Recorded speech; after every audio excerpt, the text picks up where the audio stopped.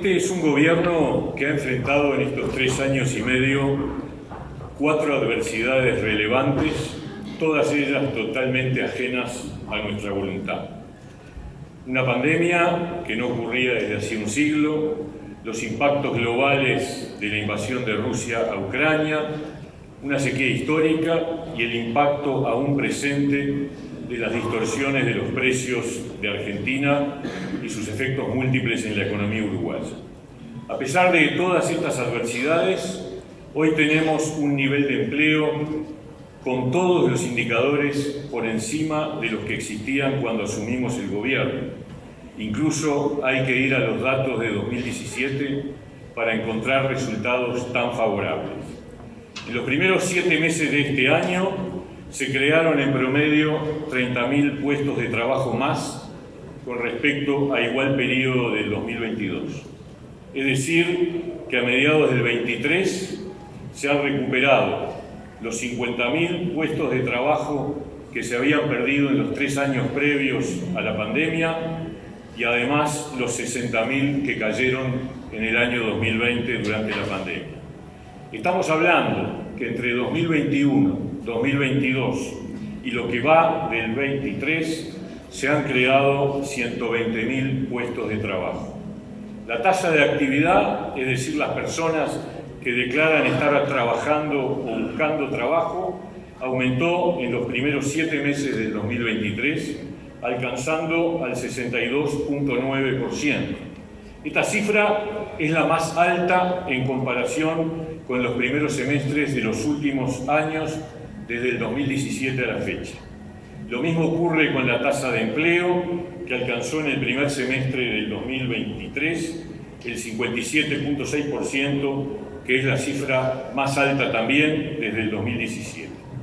Con el dato más reciente de julio de este año, la tasa de empleo está aún más alta, alcanzando en ese mes el 58.6%, que es equivalente al primer semestre del 2016. Finalmente, la tasa de desempleo en julio del 2023 se ha ubicado en el 7,8%, que es más baja que la de julio del 22, también que la de julio del 19 y 7 puntos más baja que la de febrero del 2020. A pesar de estos resultados, algunos han querido cuestionar diciendo que el tema es la calidad de los empleos. Vamos a ver algunos indicadores correspondientes. Con respecto al subempleo, este continúa durante los primeros meses del 23, ubicándose en un rango entre el 8 y el 9%, lo que está dentro de los parámetros generales de los últimos años. De modo que no ha aumentado el número de personas que declaran estar trabajando menos de las horas que desearían hacer. Y la informalidad, otro indicador de precariedad en el trabajo, se ubica en un rango del 20 al 21%, muy por debajo de la informalidad que se registraba en los años previos a la pandemia, que era alrededor del 25%. Este indicador representa una mayor proporción de trabajadores con acceso a derechos, como subsidio por desempleo, subsidio por enfermedad y también la cobertura previsional. Es decir, tenemos más personas trabajando y además proporcionalmente son más los que tienen derechos protegidos por la seguridad social. Lo mismo pasa con las cifras en trabajadores en seguro de paro. Los números del primer semestre del 23 registran un promedio mensual más bajo que el promedio de los primeros semestres de los años anteriores, incluido el año 2019. Hay que ir a 2018 para encontrar un promedio mensual más bajo de trabajadores en seguro de paro durante el primer semestre. Y todos estos datos de empleo, a pesar de que los datos de empleo del litoral están directamente afectados por la situación argentina. Imagínense cómo serían los datos generales si no tuviéramos el impacto de la competitividad con Argentina. A su vez, en materia de capacitación laboral, desde el Instituto Nacional de Empleo y Formación Profesional, se alcanzó en el año 22 a casi 50.000 trabajadores, lo que representa un 49% más que en 2021. Del total de personas capacitadas, más de 23.000 fueron del interior del país. La mitad de las personas capacitadas tenían entre 20 y 35 años y 2/3 de ellas eran mujeres.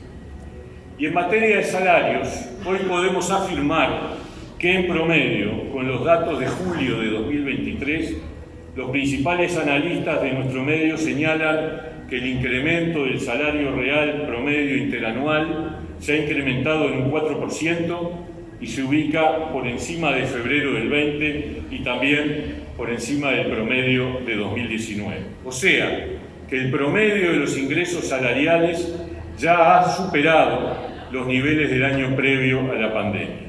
Pero además, con las pautas salariales de la 10ª ronda, se garantiza la recuperación completa para cada mesa de negociación. De modo que no solo el promedio del salario se recuperó, sino que se recuperará el poder adquisitivo de cada sector de actividad, con la única excepción del conjunto de trabajadores vinculados a los sectores pero muy afectados, como el turismo, que son alrededor del 5% del total, en donde el impacto ha sido no solo en el salario, sino también en la subsistencia de las propias empresas, y por lo tanto la recuperación allí demorará un poco más.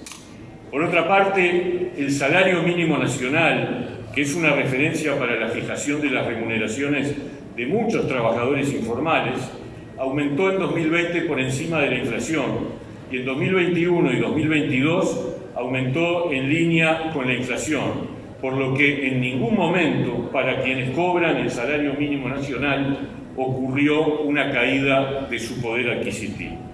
De esta forma se confirma el cumplimiento cabal del compromiso que asumimos hace 3 años, cuando en el medio de la pandemia no tuvimos otra alternativa que asumir una caída del poder adquisitivo del salario, pero dijimos que se recuperaría en el transcurso de este periodo de gobierno y aquí estamos diciendo cumplimos. Conviene, además, tener en cuenta algunos datos comparados, porque no vivimos en una burbuja. Tomando como referencia el informe presentado por la OIT sobre el año 2022, el salario promedio a nivel mundial en 2022 se redujo un 0,9% en el planeta entero. En América del Norte cayó un 3,2%, en América Latina un 1,7%, en Europa un 3,3%, mientras que en Uruguay en el año 2022 creció un 1%. Por otra parte, un informe de OCDE muestra que en 2022, 31 de los 32 países de OCDE registraron una caída del poder adquisitivo del salario real y en el primer trimestre del 2023, en promedio, los países de la OCDE registran una caída de 3,8%, mientras Uruguay registra un aumento de 4%. Mientras tanto, en nuestro país el incremento del salario real sigue aumentando. Pero vayamos ahora a lo que yo llamo una política con mirada de mediano y largo plazo, es decir, las respuestas frente a los desafíos para un desarrollo sostenible. Vamos a destacar las líneas de trabajo que estamos dejando en funcionamiento para los próximos tiempos, más allá de este gobierno, porque además de resolver las urgencias que en esta cartera siempre implica dar respuestas inmediatas a demandas urgentes, un gobierno tiene que mirar lejos y trazar las políticas pensando en el presente, pero también en el futuro de nuestra gente. En primer lugar, hemos realizado cambios en materia de relaciones laborales y de negociación colectiva. Se sancionó la Ley 20.127, que establece el procedimiento para obtener el reconocimiento de la personería jurídica, tanto de organizaciones de trabajadores como de empleadores. Esta ley permite que las organizaciones de trabajadores y de empleadores puedan ser titulares de derechos y obligaciones civiles y, por tanto, se hacen responsables jurídicamente por eventuales irregularidades que cometan. La existencia de la personería jurídica es un requisito para que estas organizaciones tengan derecho a acceder a información reservada y también para que se realice el descuento de la cuota gremial por planilla. En tal sentido, se crea un registro dentro del Ministerio de Trabajo que llevará los trámites de las personerías jurídicas regidas por la nueva ley. El registro estará vigente seguramente en el correr de este mes y será un instrumento adicional para otorgar garantías en las negociaciones entre las partes. Por otro lado, como bien decía el señor presidente de la Confederación de Cámaras Empresariales, se aprobó la Ley 20.145, que modifica diversos aspectos de la Ley de Negociación Colectiva para adecuarla a la normativa de la OIT. Como hemos dicho en diferentes oportunidades, no podemos aceptar que la OIT incluya a Uruguay entre aquellos países que violan la normativa laboral internacional.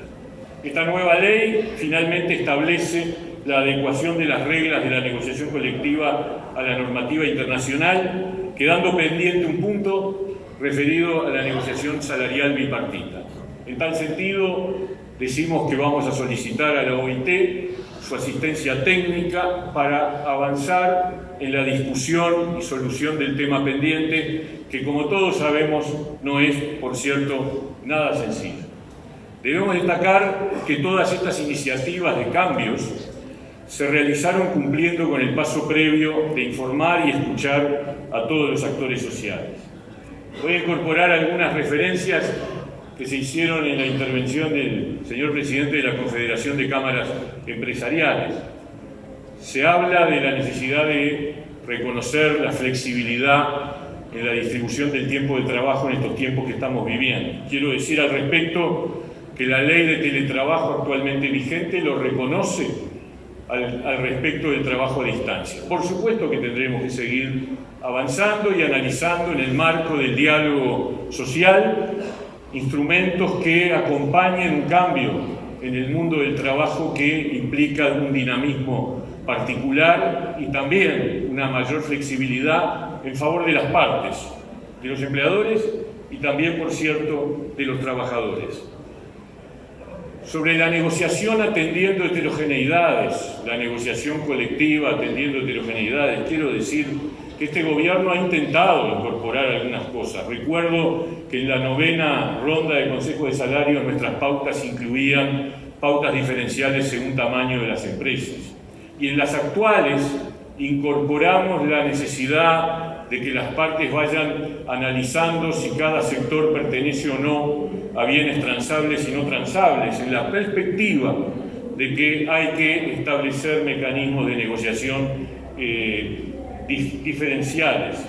Y en ese sentido también recordamos en las pautas presentadas este año que se atendiera la situación particular del litoral. Son ejemplos. En la mayor parte de los casos, hay que decirlo, las partes luego en el diálogo bipartito que corresponde no han reconocido o no han incluido estos cambios.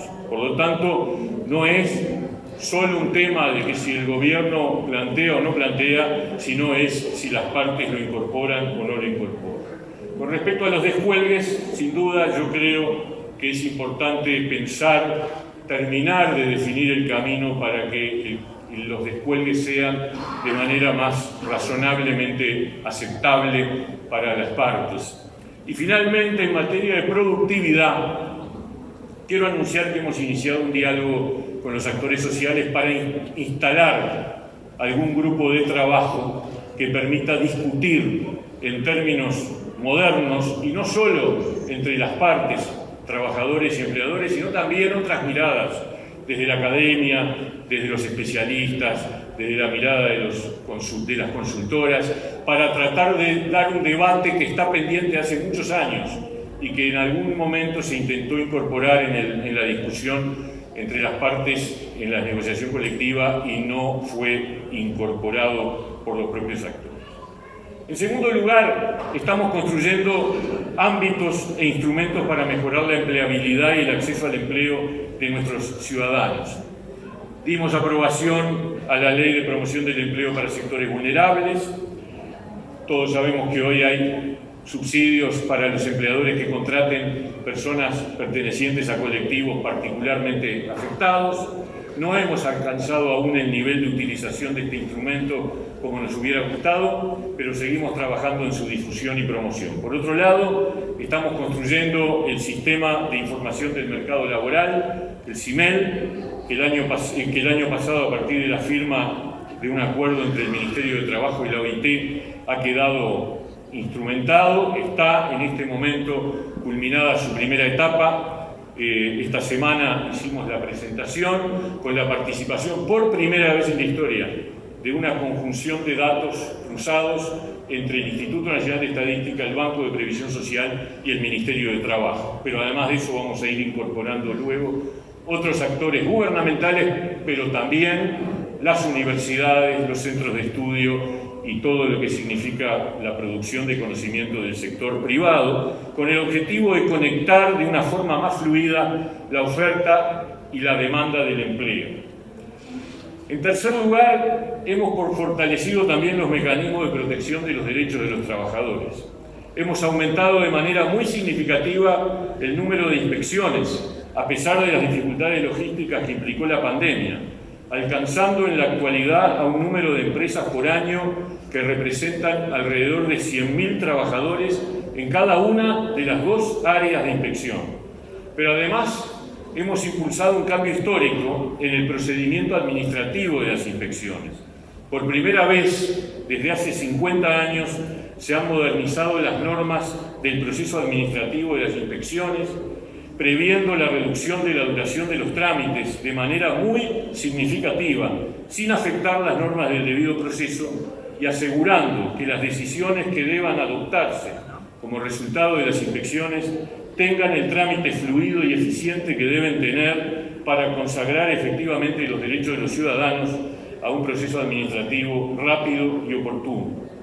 Corresponde señalar que toda esta transformación que modifica el procedimiento establecido en los años 70 del siglo pasado se realizó en consulta con la OIT y con especialistas del derecho administrativo. Pero además acabamos de concluir por primera vez la elaboración de un plan de inspecciones, un Plan Nacional de Inspecciones.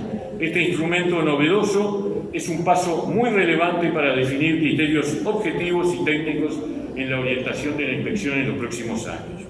En cuarto término, pero sin duda la respuesta más importante al mayor desafío para un desarrollo sostenible, es sin duda la reciente aprobación de la reforma de la Seguridad Social.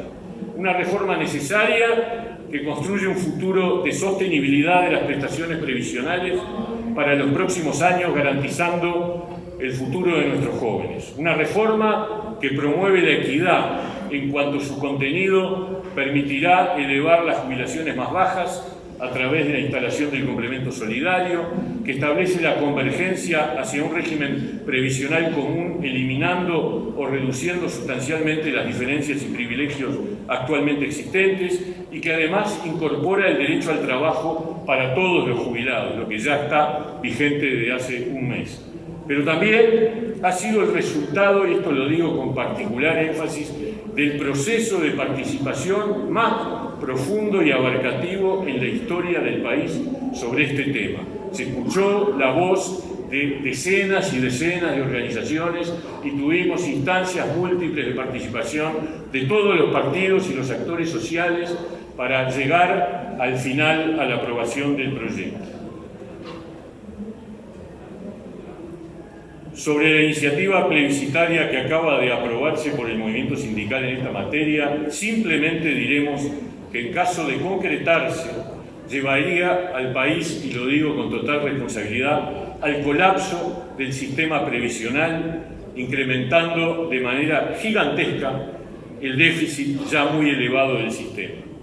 Esta reforma que se propone va en sentido absolutamente opuesto a los objetivos que nuestro país debe asumir y que, por otra parte, todo el sistema político ha reconocido como necesario e imprescindible.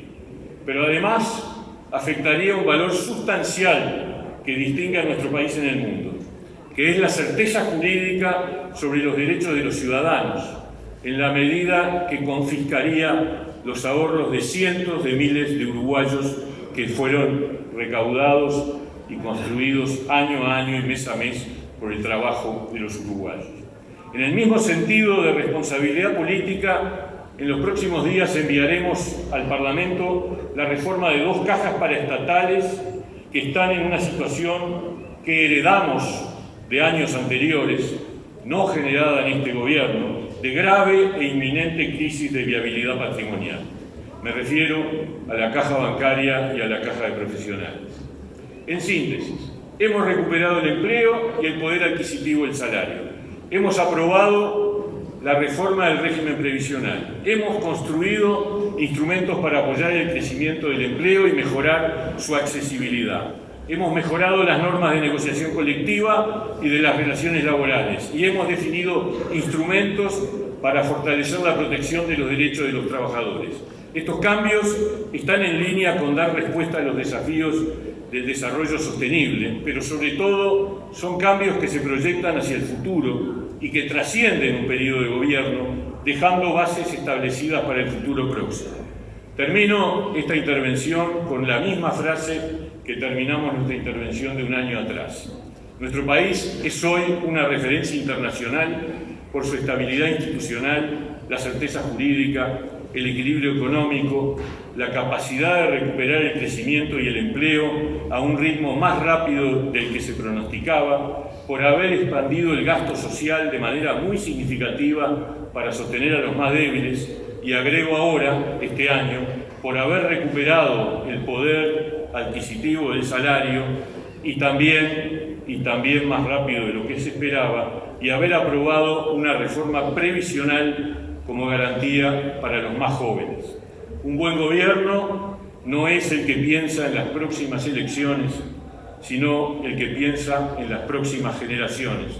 Lo han dicho varios antes que yo, por cierto, y creo que este gobierno está honrando esa concepción. Muchas gracias.